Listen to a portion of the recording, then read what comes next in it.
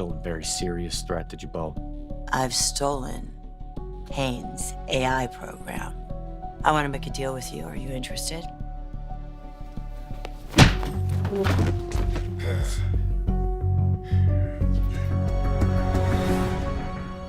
The Young and the Restless. YNR. Spoilers hint that Adam Newman, Mark Grossman, may find out about his brother Nick Newman's, Joshua Morrow, painkiller addiction and agree to cover up for him.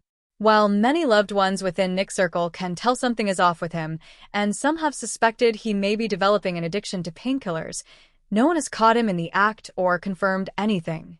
As Nick and Adam have grown closer and seem to be heading to Las Vegas together to bring Matt Clark, Roger Howarth, down, they'll be spending a lot more time together.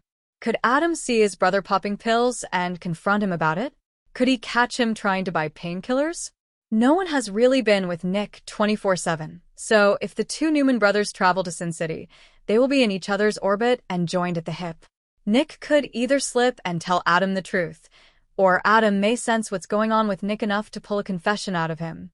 For the longest time, Nick and Adam could barely stand to be in the same room together, but things have changed dramatically between the two men. Adam has proved his loyalty to his half-siblings and changed his attitude towards his family. As such, Nick has softened his stance. Adam seems willing to do just about anything to help Nick bring Matt down, even if it means sacrificing his own mental health by revisiting his darker, spider, days in Las Vegas and coming face-to-face with Reza Thomas, last played by Tina Kashani. Nick also cares enough for Adam to try to pull him away from Matt's drama, but Adam seems determined to help his brother with this situation. So, if Adam sees Nick using, or his brother confirms it, there's no way Adam would run to the rest of the family, especially if Nick tells him not to. Nick may promise to get help after Matt is taken care of, so Adam would probably promise to keep his mouth shut. Adam loves the fact that he and Nick are finally on the same page, and he'll want Nick to get help, but also won't want to ruffle any feathers. Plus, he may believe Nick's word about laying off the painkillers after Matt's dealt with, as Adam has always been the black sheep, with Nick being the goody-goody. For the first time in, well, ever, Nick and Adam are acting like real brothers, and Adam may be determined to keep it that way, even against his better judgment.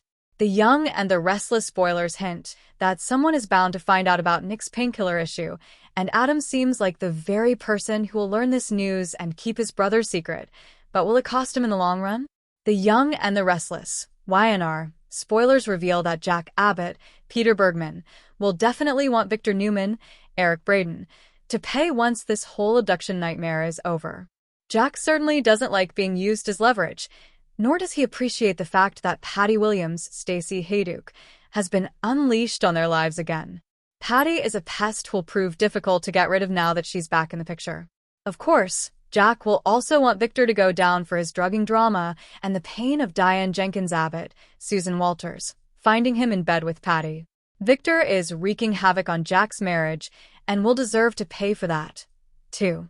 Since Jack will inevitably go after Victor for revenge, let's consider the possibility that he'll join forces with someone. An alliance could form if Jack can find a secret partner to work with, so who might land on his team. Victor isn't a fan of Patty, but that doesn't matter since she was useful to his twisted plan. Likewise, Jack doesn't necessarily have to like the person he might team up with as long as they're both willing to plot Victor's downfall. This could be a prime YNR comeback opportunity for Tucker McCall, last played by Trevor St. John, so we should mull over what a Jack and Tucker partnership might look like. Jack has plenty of issues with Tucker due to past Abbott feuding as well as his failed romantic attempts with Ashley Abbott, Eileen Davidson.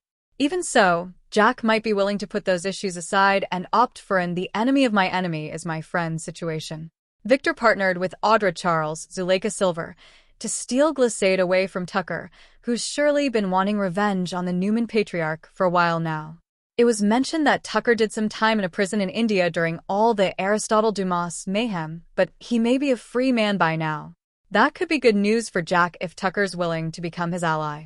The door could be wide open for vengeful Tucker to join forces with vengeful Jack. Maybe Tucker could even convince Jack to help him try to score an Ashley reunion as part of the deal. Regardless, the Young and the Restless spoilers say Jack's wrath will be fierce, so stay tuned to see if someone like Tucker might get in on the payback action. Victor and Nikki, the first couple of Genoa City, is once again on shaky ground. Victor's inability to stop playing God with people's lives has alienated his wife yet again. Nikki's disdain for his methods is palpable, and this could be the beginning of another separation for the Newmans. A look back, Diane's troubled history in GC. To fully appreciate the weight of Diane's decision to move out, one must understand her tumultuous history in Genoa City. Diane Jenkins is not just Jack Abbott's wife. She is a character with decades of complicated history, having been portrayed by multiple actresses since her debut in 1982. Her relationship with Jack has always been a roller coaster.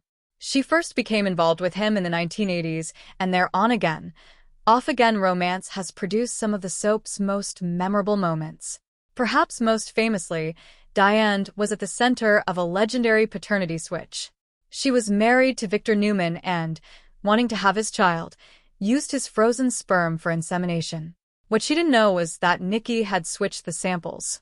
Diane gave birth to a son, Christian, who she believed was Victor's, but a DNA test eventually proved the boy was actually Jack's. That child grew up to be Kyle Abbott. Diane has been presumed dead, faked her own death with Deacon Sharp's help, and has fought Phyllis Summers tooth and nail for her place in Jack's life and Kyle's heart. She has schemed, she has loved, and she has lost. But the pain of walking in on Jack with another woman, regardless of the circumstances, taps into every insecurity she has ever had about her place in his life. Moving out isn't just a reaction to a single event. It is the culmination of a lifetime of fighting for a love that always seems just out of reach. Conclusion: a Tuesday of reckoning. Tuesday, March 17, 2026, is a day of reckoning on the young and the restless. As Kane Ashby confronts Nate Hastings in a fury, and as Diane Jenkins walks out on Jack Abbott, the power structures in Genoa City begin to shift. For Diane, the bold move to leave home is a declaration of independence.